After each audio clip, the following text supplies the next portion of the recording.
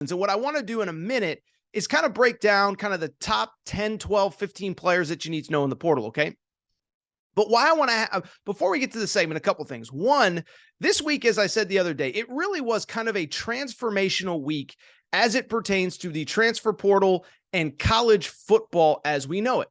As I told you earlier in this week, we've always had the portal, or we've had it for a few years, but this was the first year that the portal actually closed during the season, okay? And so previous years, I'm Aaron Torres, I'm at Clemson, Florida State, whatever. I don't like my coach. I got into it with him at practice. I could just enter the portal. The next day, other schools could contact me. I could be literally visiting another campus a week from now.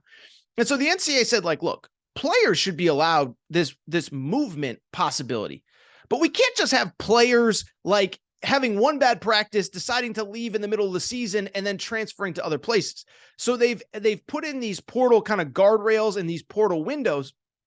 And so Monday was kind of a real, kind of historic day in college football from the perspective that the portal reopened, and it was just refreshing social media to see who was the latest player that went in.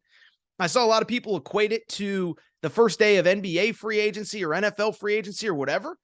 I don't even think that's fair, because in NBA free agency and NFL free agency, who's actually going to enter or who is a free agent.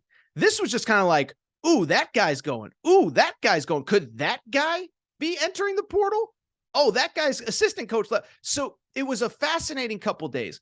But what I think are probably the 10, 12, 15 best players in the portal, just give you a little background on who they are, because these are guys that'll make differences, right? I mean, you go back to the portal this time last year, Quinn Ewers, Caleb Williams, Jordan Addison hit the portal. Jermaine Burton went from Georgia to Alabama. Jahmyr Gibbs went from Georgia Tech to Alabama.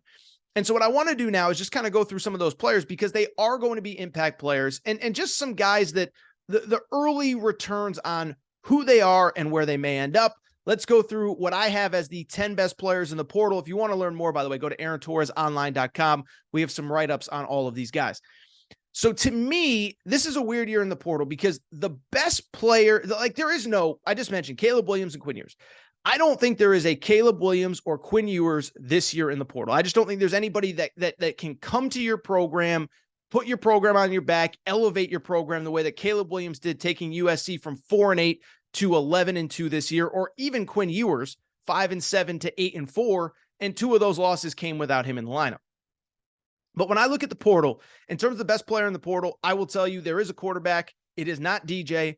I believe the best player in the portal, as far as a guy that can make an impact next year, is a kid named Devin Leary, a quarterback who played this past season at NC State, okay?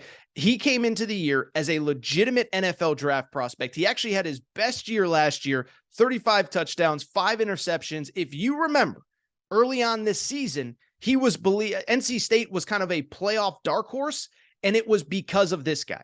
He gets hurt. He misses the second half of the season. NC State replaces him, and now he decides to hit the portal. This is the guy. If you're a big-time school and your school needs a quarterback, watch out.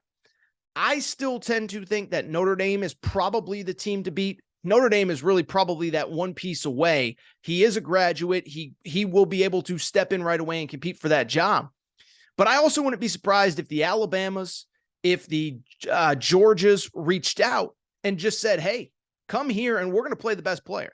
And if that's a younger guy, we're going to play the younger guy. But if it's you, we're going to play you as well. To me, Notre Dame is still the leader, but I find him to be a very, very, very interesting player, because I believe he is a guy that every school is at least kicking the tires on, and then we'll go from there. Second best player in the portal. This is the rare guy. This is the rare guy who is actually playing big minutes on a good team, a lot of snaps, and decided to leave anyway. Fascinating story. Tony Grimes, a cornerback from North Carolina. His story is really unique. So he was a high school All-American, 5-star, can't miss corner in the class of 2021. If you remember what would have been his senior year, there was COVID problems. Some schools weren't playing at all. Some schools were playing a limited schedule. He reclassified and went to UNC. For the last 3 years at UNC, he has been a starter at UNC, and still decided to hit the portal this year after finishing with 36 tackles, 7 pass breakups, and 1 forced fumble. What I would say about a player like that, I don't think we're going to get a lot of recruiting intel because he's not one. He's already been through the recruiting process before. He's been recruited by the Alabamas, the Clemsons. He chose North Carolina over Clemson. He's not going to be excited because Coach Prime offered or Nick Saban offered or Kirby Smart offered. I think this one's going to be quiet. I think he's going to end up in an elite school, whether it's Alabama, Georgia, LSU, USC. Those are the types of schools that are going to be recruiting him. Tony Grimes, the corner from North Carolina. I think this one may just be one day we wake up, we find out that he is committed to a blue blood college football program. Number 3 player you need to know. Another really interesting player, Dominic Lovett, Missouri wide receiver. He was actually the 3rd leading receiver in all of the SEC behind Jalen Hyatt, who just won the Biletnikoff, as well as one other guy. Played at Missouri last year, 846 yards on 56 catches. This guy is a burner, okay? Up and down the field really fast, but it was an interesting deal at Missouri because it was kind of one of those deals where it felt like, is he really going to be the focal point going forward? They signed the number 1 recruit at wide receiver last year in a kid named Luther Burden. Luther Burden's getting most of the snaps, so now he decides to hit the portal. This is another guy who's going to hear from everybody. The early rumors are that Colorado Coach Prime is very much involved, that LSU has gone into the mix. Dominic Lovett is a name you need to know there. Very interesting. Another really interesting name that you need to know. And by the way, I love this kid's name. Fentrell Cypress, okay? Graduate transfer from Virginia, all ACC cornerback. You know, he's one, graduate transfer. Team wasn't very good. They had a coaching change last year. He decides to hit the portal, and the buzz about him is through the roof. Everybody wants him. Early returns are that Ohio State has already reached out, that Michigan has reached out, that Notre Dame has reached out. Keep in mind, he played at Virginia, so, the academic component of things, he can go to a Notre Dame and not miss a beat. He can go to a Michigan and not miss a beat. Those are the schools that appear to be interested. Now, look, the Tennessees have reached out. The LSUs have reached out. My guess, it feels early, like Ohio State is the team to beat. We will see on that. But Fentrell Cypress is another name you need to know. How about Jaheim Bell from South Carolina? Just a fascinating player. He's a tight end who caught 5 touchdown passes a year ago. This year, he's so talented that at a certain point, South Carolina got low on the depth chart at running back, and he actually went and played running back for a little bit during the season this year. So he's very versatile. I thought he was South Carolina's most unique offensive piece, but apparently he hit the portal to try and figure out if there's a better opportunity for him elsewhere.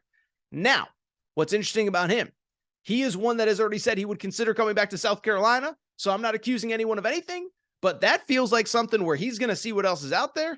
He may be looking not only for a football fit, he may be looking for a payday as well, not accusing him of anything. And by the way, in the world that we live in, there's nothing wrong with that.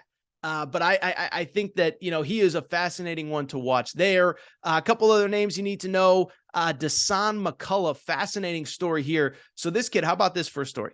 He was committed to Ohio State. Then Indiana hires his dad. He goes and plays at Indiana. Here's the problem. Dad took a job at Notre Dame, and so now he's at Indiana by himself. He just hit the portal. Linebacker, really talented player, 30 tackles, 4 sacks this year as a freshman. Early buzz as he's going to go to Oklahoma. Listen, I was down on Oklahoma. I was down on Brent Venables by the end of the year. But part of why they struggle, they need dudes up front. They need dudes in that front 7. This could be a kid that could go there and have an impact right away. Another quarterback you need to know, Brennan Armstrong, another Virginia guy. How about this? 2 years ago, easy to forget, 2 years ago, Virginia actually had the number 2 ranked pass offense in all of college football. Easy to forget. Their coach leaves. He actually pseudo-retired, but he's kind of ready to come out of retirement.